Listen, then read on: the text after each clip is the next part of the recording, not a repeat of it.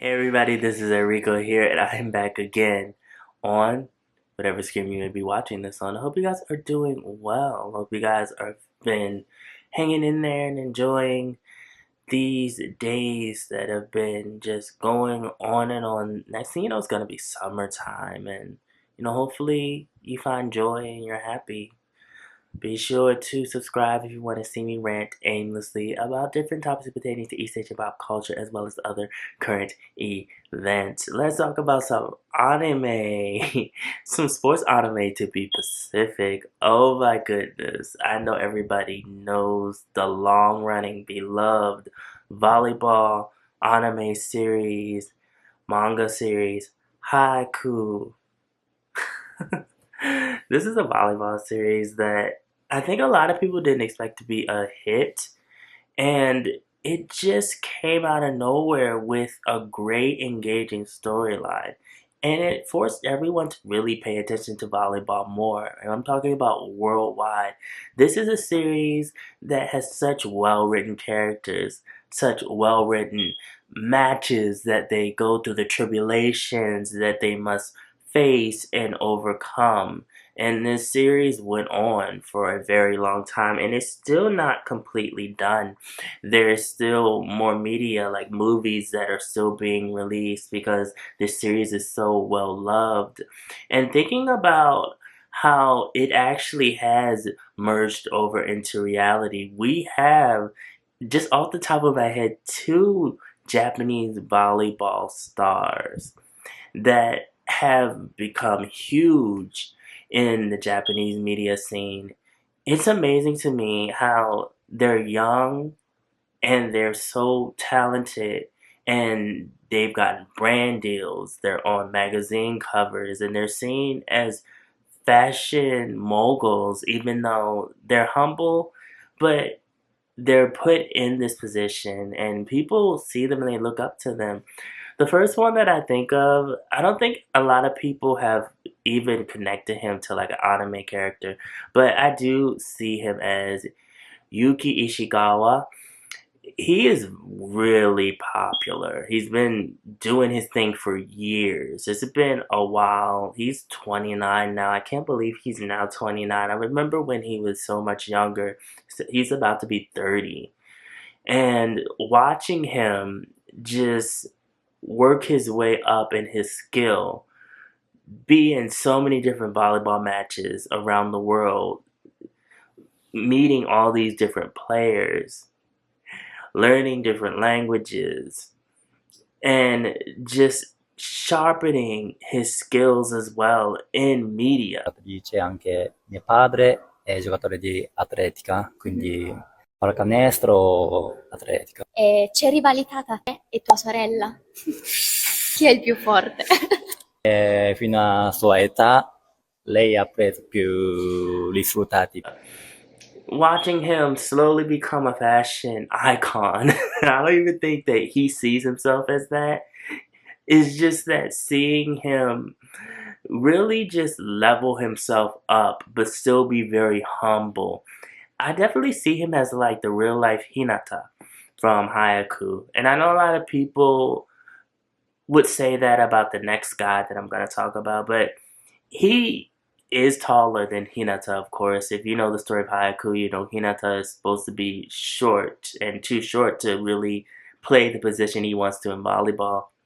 But this guy is a great spiker. I mean, if you watch the clips of him, it's just like, oh, if you get hit with one of the balls that he spikes, you will be all the way knocked out. I mean, knocked out until the next cherry blossom season. It's just crazy watching him play and seeing him just be like overjoyed to not only spike the ball but also be with his teammates. And he works well in like so many different environments. He'll play like with the Japanese team. You'll see him being like in a guest position with another team, and just seeing him really work hard and enjoy what he's doing. It's so just exhilarating. Free ball, Japan. Again, Ishikawa. Oh! Kevansili pulls the hands on the block. Ishikawa becomes ult. Has done so with really good effect so far. For the match, they've done it. Japan beat France in 5. What a game! Ben McCarthy. First serve for him, well received. Oh, and down it goes! Yuki Ishikawa. What a start to this game. I think we're not in watch. I think we're in. to see him and watch him and see him and just the anticipation of him like doing those spikes is like, because with Haikyuu it was the same way. It's definitely like those matches were so intense, and when you saw like Hinata have a breakthrough, it was like, yeah, go, yes. So I definitely see him, even though he's a little bit taller than Hinata. He's like definitely the real life version of him, because they both have that same like drive and their crazy spikes. Oh, ooh, this man, he's an attractive guy too. I love that he seems very humble, very just down to earth. He's naturally attractive. I don't think that he sees himself as being like this icon. I think he's just very humble, and he's like, I work hard, I score points, I'm happy to play this sport, and then, I just go home, pretty much. But yeah, the other person who, there's a lot of debate about this guy, Ren Takahashi. That his last name is Takahashi, Ren Takahashi. Yes. I've seen people say that he is more of the real life version of, the twin characters from Haikyuu? And they were saying his playstyle as well is very much like those characters. For me, Kageyama. And the reason why I say this is because he is considered like the prince of volleyball, because there are a lot of females that watch volleyball. And from like the Japanese side of things, he would be considered like attractive, and he's the prince. So he spikes as well, but he's more from the side of the net. And watching him as well, I like seeing Ren and Yuki together and, interacting. Ren is much younger than Yuki. I think Ren is only 23. Yuki, like I said, is like 29 going on 30. But they both have such a youthful energy. And seeing Ren also grow and, get sponsorships, be all over magazine covers, seeing them get better at taking pictures, even though they're not models, and just being like this image of crossover appeal, and then them going on the court and really just doing their thing and just wowing everybody and just putting the spirit of Japan into what they do. It's really an amazing thing. Ren looks more on the ambiguous side, because I do believe one of his parents is like mixed up. I think she maybe like half white German, Dutch or something. I remember reading or seeing something like that. He has a YouTube channel with his brother as well. So I think that's very interesting. He seems like just a really cool, down-to-earth guy. I think that the collaborations that Haikyuu actually did with these two was amazing as well. Like, they knew what they were doing with the rollout of Haikyuu, and with these two like really doing their big ones on the court, because there was so much memorabilia of like the drawings and the comic books, and like them actually, the artists of Haikyuu actually drawing them and like kind of entering them into the series. Amazing. I absolutely was just like, they're doing their thing. Japan is like really good for stuff like this, like just little like merchandise and goodies like this. It's amazing. And even like them in their photo books that they had, them and all just the different media and press that they've done. It's so good to be a fan of these two. I really like them both a lot. I'm more a fan of Yuki, I'm not gonna lie. But I really like them a lot. Like, just what they're doing and them like bringing this real life version of Haikyuu to life. Or like even the creator might have seen them or seen, well, yeah, Yuki's been around for a while, so he might have like been inspired by Yuki or some of the other players that were on the Japanese team with Yuki and use that inspiration to create Haikyuu, because it definitely shows that there is a correlation between the series and these guys who just work so hard, and I love it. Haikyuu made me like look into Ren and Yuki, because I was like, I have to get into this in real life, because Haikyuu did such a good job highlighting the high stakes dynamics of volleyball.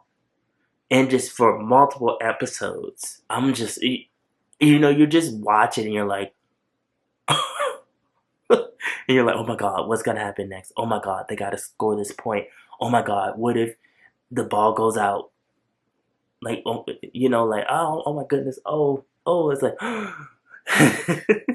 Haikyuu does that to you, and it's really amazing.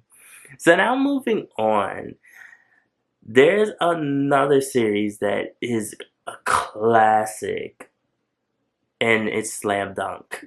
This has so many different forms of media. When this series was around, I wasn't really too into it. I'm not a big basketball fan per se. Like, I'm aware of basketball. I can watch basketball. I don't really do it too often. But Slam Dunk is well loved, like, all around the world. I remember when the individual volumes were coming out, and this was, like, in the 90s to, like, early 2000s. And I don't really know too much about the series. I do know about one of the movies, the first Slam Dunk, and that's because that's a little bit more recent. And that movie did a very good job of blending, like, 3D animation with regular animation that is hand-drawn. And, like, a lot of people didn't believe in the vision of it, but the creators did such a good job. If you have not seen this movie, I suggest you watch it. The trailer does not do the movie justice at all. Like, the movie itself looks so good. And I was shocked. Like, when I really sat down and watched it, I was like, they did the damn thing with this movie. I was like, okay, this looks great. Like, this is the future in a way. Because, like, they mixed both components together and it worked. But there is a character in this series. Oh my goodness. I don't remember. I know he's like the guy that a lot of girls think is really attractive. I believe he's like a forward. I think if I'm correct. His name starts with a K. 决定赢！来吧，流川枫